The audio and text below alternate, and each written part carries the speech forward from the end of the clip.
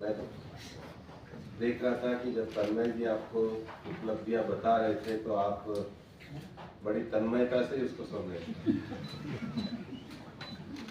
लेकिन कुछ लोगों को लग रहा था ये लिखे कैसे, सारा लिखा नहीं गया। तो आपको ये जो प्रेजेंटेशन दिए इसकी कॉपी भी उपलब्ध करा ताकि आपके पास ये सारे आंकड़े होने। ये मैं इसलिए कह रहा हूँ कि उपलब्धियों के क्षेत्र में अगर भारत की सबसे बड़ी उपलब्धि है तो भारत क्लाइमेट एक्शन लीडर के रूप में होता है। दुनिया में दो तरह के विषय चलते हैं, एक जिनको कहते हैं कि कैटास्ट्रोफिज्म, ये सब कुछ खत्म हो जाएगा, और दूसरा एक दूसरी भी दुनिया है जो टेक्नो ऑप्टिमिज्म में विश्वास रखता है कि ह्यूमन इंटेलिजेंस सब कुछ बदल के रहेगा। लेकिन इसके एक बीच का रास्ता है जिसको आजकल लोग कहते हैं, खासकर बीच में कुछ समय पहले यूएस के फिलोसोफर एल्डो लियोपोल्ड ने लिखा land ethics. The purpose this philosophy of land ethics believes the relationship between people and land are introduced. Care for people connect to the separated from the care for land, but this philosophy has forever been the part of Indian economy. और वो लोग अभी लिखने लगे हैं, हमने तो अपने मंत्रालय का मोटो ही बनाया है, प्रकृति रक्षित है रक्षित है। इससे ज्यादा लैंड एथिक्स नहीं है जो हमारे इथोस है। और इसलिए दुनिया भर में जो क्लाइमेट चेंज को लेकर के विषय चला तो भारत ने डिस्कशन के साथ क्लाइमेट एक्शन प्रोग्राम को अपनाया।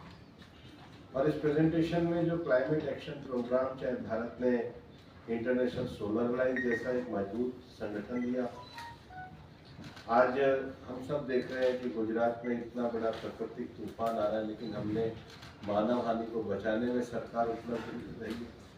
और इस विजन को देखते हुए प्रधानमंत्री जी के द्वारा CDRI बनाए हैं।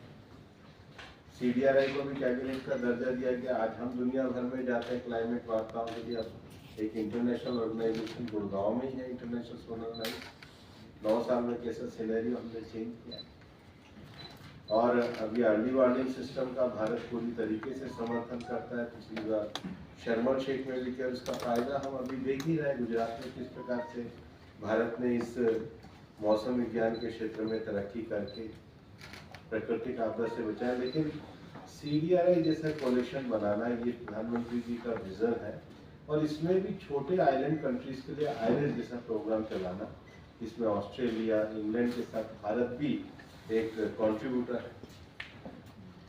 और आज जितना इंडस्ट्री में एडवांसमेंट है, उसमें ग्रीन ग्रोथ कैसे हो, इसको लेकर के हम स्वीडन के साथ लो कार्बन एमिशन को लेकर के एक कोलिशन को चलाते हैं। लेकिन उससे भी जो महत्वपूर्ण, अब जिस दुनिया लैंड एथिक्स की बात कर रही है, उसमें उसका प्रिजर्वेशन, उसकी बायोडाइवर्सिटी को बचाए रखने के लिए उसका जो एक पूरा इकोसिस्टम है, जो बिग कैट्स हैं, अगर वो इसलिए बचते हैं कि बाकी के उनका प्रे एरिया बचता है। तो भारत के द्वारा एक अपने आप में यूनिक, प्रधानमंत्री जी के द्वारा क्लाइमेट कोलिशन बनाया गया जिसको बिग कैट अलायंस कहते हैं। दुनिया के 97 देशों में ये बिग कैट्स है, जिसमें से 7 तो भारत में है। 7 में से 5 भारत में, 2 जगुआर और प्यूमा ये हमारे देश में नहीं है। बाकी तो चीता, शेर, टाइगर, स्नो लेपर्ड ये हमारे देश में है। चीता का रीइंट्रोडक्शन किया। और ये प्रोजेक्ट ऐसा है जो अभी 1 साल में, चूंकि मौसम लगातार बदल रहा है, वो है कि अकोमोडेट हो रहे हैं, लैंड से अकोमोडेट हो रहे हैं, एरिया से अकोमोडेट हो रहे हैं। और हमारे साइंटिस्ट, हमारे यंग ऑफिसर्स पूरी तरीके से डेडिकेटेड होके जो फर्स्ट टाइम इंटरनेशनली इतना एक वाइल्ड लाइफ का ट्रांसलोकेशन किया है, इसको लेकर के पूरी तरीके से लगे हुए। और प्रोजेक्ट टाइगर में आज ये पूरी दुनिया मानती है, जैसा कि इस प्रेजेंटेशन में भी दिखाया गया, टाइगर और एलिफेंट, इनकी संख्या बड़ी एशियाटिक लॉयन 100% है। आपने बहुत लोगों की क्यूरियोसिटी है कि डॉल्फिन की संख्या कितनी है। अभी तो वो रिपोर्ट बंद है, लेकिन तुरंत ही हम आपको बताएंगे।